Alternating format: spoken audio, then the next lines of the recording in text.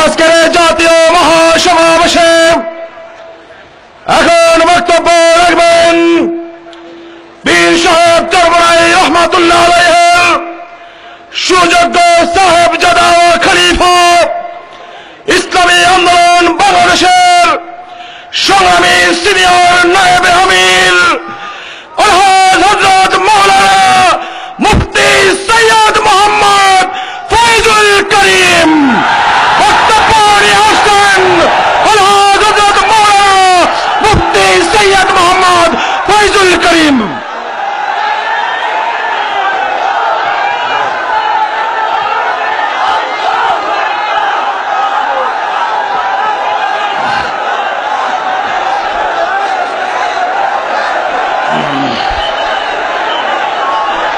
السلام عليكم ورحمة الله وبركاته.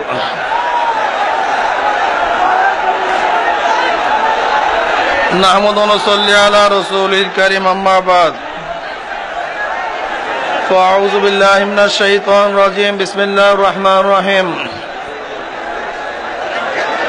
ولا تهنوا ولا تحزنوا وأنتم الأعلون إن كنتم مؤمنين.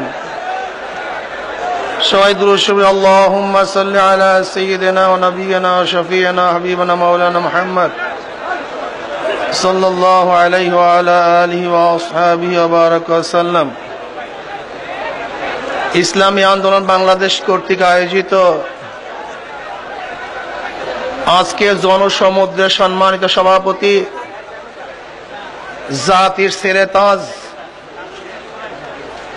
হযরত মাওলানা সৈয়দ মোহাম্মদ রেজাউল করিম পীর সাহেব হুজুর চরমনাই দামাত বরকাতুল আলিয়া,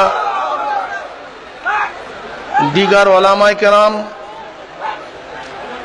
সর্বস্তরের দিন প্রিয় ইসলাম প্রিয় ভাইয়েরা আমার,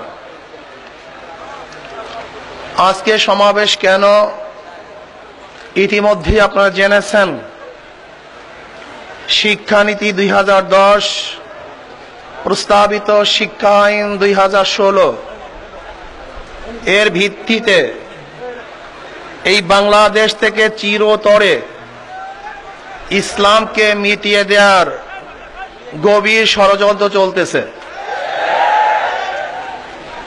আপনারা অনেকেই ভাবেন যে দেশ থেকে ইসলামকে কিভাবে বিদায় দিবে। আমরা শতকরা 92% মুসলমান, এই ভাবার কোনো অবকাশ নেই। স্পেনের মধ্যেও 950 বছর মুসলমানদের শাসন ছিল, কিন্তু 80 দশকের আগে সেখানে একটা মসজিদ ছিল না। 80 দশকে সৌদি সরকার তার অর্থায়নে একটা মসজিদ স্থাপন করেছে।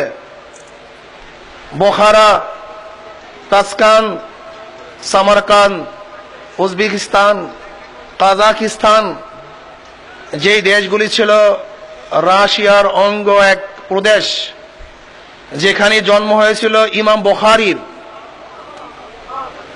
সেই বোখারা, তাসকান, সামারকান্দে 72 বছর পর্যন্ত একটা কোরআন শরীফ তেলাওয়াত করার সুযোগ মুসলমান পায় নাই।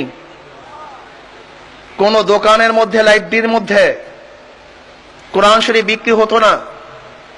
শুধু তাই নয়, আপনারা জানেন ইরাক, ইরান, যে ইরাক ছিল হযরত আলী রাদিয়াল্লাহু তাআলা খেলাফতের রাজধানী, তাতারিরা সেই ইরাক দখল করে 10 লক্ষ মুসলমানদের মাথা দিয়ে মিনার গড়েছিল।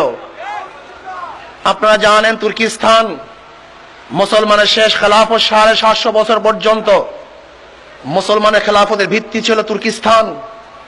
সেখানে কামাল আতাতুরের মতো এক নাস্তিক রাষ্ট্রপ্রধান হওয়ার পরে এই বর্তমানে যে শিক্ষা নীতি প্রতিষ্ঠিত করার পায় তারা আওয়ামী লীগ সরকার করছে, সেই কুদরাতি খোদার শিক্ষানীতি বাস্তবায়ন করে 8ম শ্রেণী পর্যন্ত একটা মুসলমান বাচ্চাকে কোরআন শিক্ষা দেওয়ার ব্যবস্থা রাখা হয় নাই, কলেমা শিক্ষা নেওয়ার ব্যবস্থা করা হয় নাই।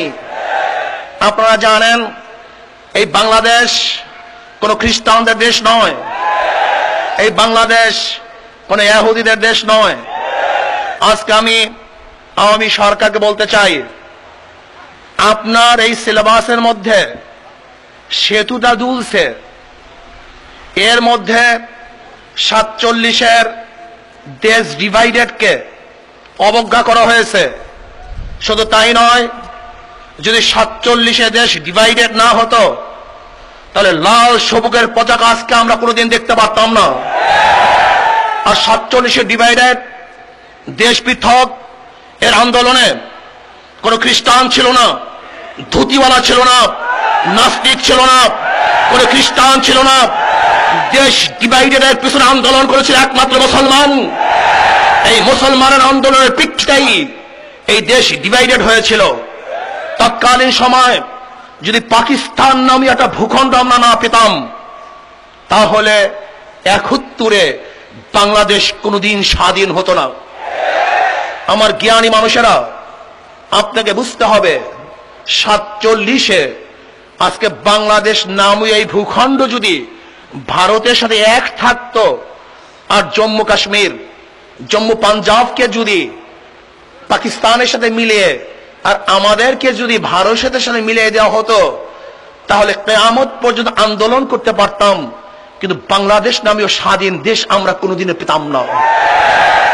সেই সময় সবচেয়ে বেশি বিরোধিতা করেছিল হিন্দুরা। শুধু তাই নয়, যখন বাংলাদেশে 1911 সনে লর্ড এসেছিল, তখন নওয়াব সলিমুল্লাহ প্রস্তাব দিয়েছিলেন ঢাকাতে একটি ইউনিভার্সিটি স্থাপন করার জন্য। কিন্তু কাদের প্রতিবাদের কারণে? এই রবি ঠাকুরও তখন প্রতিবাদ করেছিল যেন বাংলায় ইউনিভার্সিটি না হয়, তাহলে মুসলমান বাঙালিরা তারা শিক্ষিত হবে, উচ্চ শিক্ষায় শিক্ষিত হবে, ক্যালকাটা ইউনিভার্সিটি স্থাপন করা হোক। 1911 সনে বাংলাদেশের এই ভূখণ্ডের মধ্যে রাজধানীর বুকে যেই ইউনিভার্সিটির প্রস্তাব হয়েছিল, একমাত্র হিন্দুদের প্রস্তাবেই বিরোধিতার কারণেই সেই 1911 সনে বাংলাদেশে ইউনিভার্সিটি স্থাপন করা সম্ভব হয় নাই। সেই ইউনিভার্সিটি স্থাপন করা হয়েছিল 1921 সনে নওয়াব সলিমুল্লাহর প্রস্তাবে। কোন খ্রিস্টান, কোন হিন্দু, কোন নাস্তিকদের প্রস্তাবে এই ইউনিভার্সিটি করা হয় নাই। কাজে ইউনিভার্সিটি মুসলমানদের ইউনিভার্সিটি, এখানে কোনো নাস্তিক থাকতে পারবে না। এই ইউনিভার্সিটি কোন বেঈমানদের ইউনিভার্সিটি না। এই ইউনিভার্সিটি নওয়াব সলিমুল্লাহর নিজের জমিতে স্থাপিত ইউনিভার্সিটি, মুসলমানদের প্রস্তাবিত ইউনিভার্সিটি।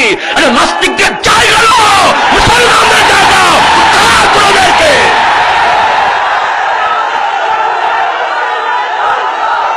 শুধু তাই নয়, আজকে সিলেবাসের মধ্যে আপনারা শুনেছেন, দেখেছেন, দেব দেবীর নামেও কোরবানি করলে তা খাওয়া বৈধ হবে। এইটা শেখ হাসিনার জন্য খাওয়া বৈধ হতে পারবে না, মুসলমানদের জন্য বৈধ না। শুধু তাই নয়, লাল গরুটা, এই লাল গরুটা কবিতার মধ্যে গরুকে দেবী হিসাবে স্বীকৃতি প্রদান করা হয়েছে। গরুকে জবে করা এটা ত্রুটিযুক্ত একটা দোষ, এটা প্রমাণ করা হয়েছে। আমি মনে করি এটা হিন্দুদের ধর্ম হতে পারে, এটা কোনো মুসলমানের ধর্ম না। কাজী এই কবিতা যারা সিলেবাসের মধ্যে অন্তর্ভুক্ত করেছে, আমি মনে করি তারা মুসলমানের সন্তান নয়, তাদের পূর্বশত হিন্দু হতে পারে, নাস্তিক হতে পারে, এটা মুসলমানদের কবিতা হতে পারে না। যে সিলেবাসের মধ্যে নবী আলাইহিস সালাতু ওয়াস সালামের জীবনী থাকবে না, ওমরের জীবনী থাকবে না, আবু বকরের জীবনী থাকবে না, উসমানের জীবনী থাকবে না, আলীর জীবনী থাকবে না, যেখানে মহৎ লোকদের জীবনী থাকবে না, এরকম সিলেবাসের বই বাংলাদেশে পড়ানো হবে না ইনশাআল্লাহ। এটা পড়াতে দেওয়া হবে না। আমরা আগেই বলেছি, ইসলামী আন্দোলন বাংলাদেশ শান্তিপূর্ণ ধারাবাহিক আন্দোলনে বিশ্বাসী। যদি আপনারা ভাঙচুর চান, আমরা করতে পারি, কিন্তু এখনো করব না। আপনারা যদি হরতাল চান, আমরা দিতে পারি, কিন্তু এখনো দেব না। আপনারা যদি অবরোধ চান, তাহলে তাও আমরা করতে সক্ষম, কিন্তু এখনো করব না। সোজা আঙ্গুলে যদি ঘি না উঠে আঙ্গুলকে ব্যাখ্যা করতে পারি আমরা। যদি সামান্য হুঙ্কার আপনারা দুর্বল না হন, তাই কঠিন হুঙ্কার দেওয়ার মতো ক্ষমতা আমরা রাখি। প্রিয় ভাইরা আমার, আজকে আমি বাংলাদেশ সরকারকে বলে দিতে চাই, মুসলমানদের ইতিহাস, বদরের ইতিহাস, মুসলমানদের ইতিহাস, ওয়াহুদের ইতিহাস, মুসলমানদের ইতিহাস, খন্দকের ইতিহাস, মুসলমানদের ইতিহাস, রক্ত দেওয়ার ইতিহাস, মুসলমানদের ইতিহাস, জীবন দেওয়ার ইতিহাস, মুসলমানদের ইতিহাস, টাকা ইতিহাস, মুসলমানের ইতিহাস, দুনিয়া আমাদের বিচিত হওয়ার ইতিহাস।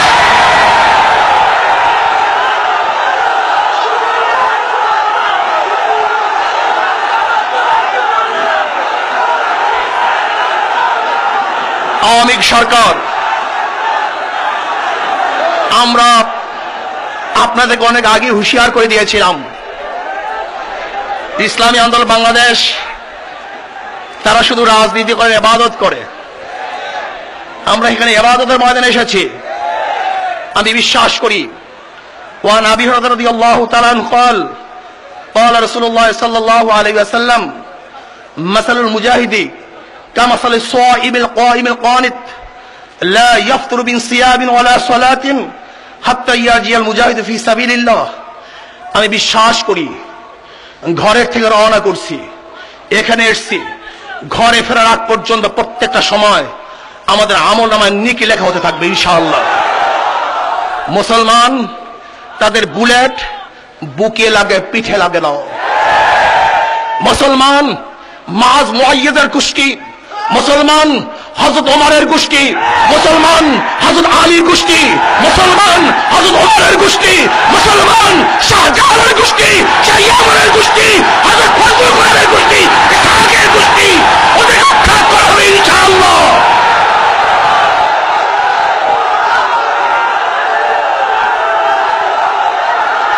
প্রিয় ভাইরা আমার, আমরা 1911 সনে বক্তৃতা করেছিলাম যে নাস্তিক আস্তিকদের লড়াই শুরু হয়ে গেছে।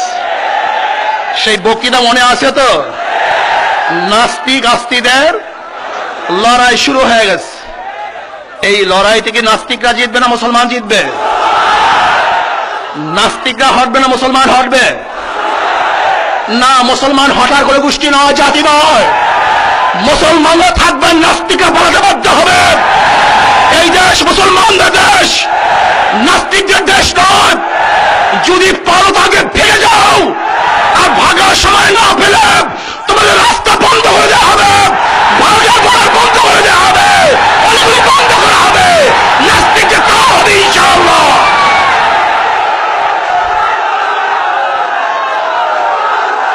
আমি আওয়ামী সরকারকে বলতে চাই, আপনার যদি সুমতি অধ্যায় হয়, যা লিখেছেন সহ্য হয় না, মন চায় না দুনিয়াতে বেঁচে থাকার মতো কোনো সময় থাকুক। মন চায় আন্দোলন করতে গিয়ে আল্লাহর কাছে হাজির হই, মন চায় রক্ত দিয়ে আল্লাহর কাছে কমপক্ষে এতটুকু বলি, আল্লাহ ইসলামকে জিন্দা রাখার জন্য, এই জাতিকে মুসলমানকে ঠিক রাখার জন্য কমপক্ষে আমার ধমনীর থেকে এক ফোঁটা রক্ত হলো তোমার পথে আমি ব্যয় করেছি। কি লিখেছেন এখানে, কি দিয়েছেন জাতিকে?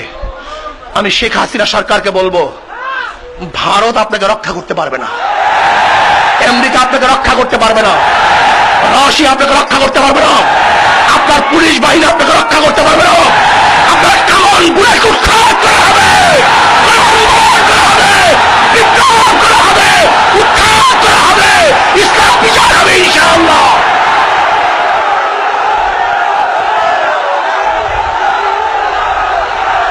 শেখ হাসিনা সরকার, আওয়ামী সরকার, আপনার আজকে সরকার দুর্নীতির অবস্থা দেখেন, এই দৃশ্য দেখেন, এই জনতা ক্ষিপ্ত হলে যে কোনো বাধা অতিক্রম করে বাঁধ ভেঙে বিচার হবে ইনশাআল্লাহ।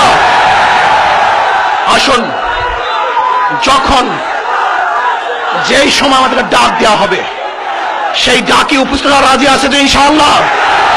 আরে মরার জন্য কে গেল? মরার জন্য, শহীদ হওয়ার জন্য, বাঁচার জন্য নয়। মরতে চাই, শহীদ হতে চাই, জীবন দিতে চাই, রক্ত দিতে চাই, ইসলামকে বিজয় করতে চাই। ভাইয়ার আমার, মুসলিম জনতা কলিজার মধ্যে অনেক আগুন, সহ্য হয় না। আর বিএনপি আমরা অনেক আগেই বলেছিলাম বিএনপি মুনাফিক শক্তি, বিএনপি মুনাফিক শক্তি, বিএনপি মুনাফিক শক্তি।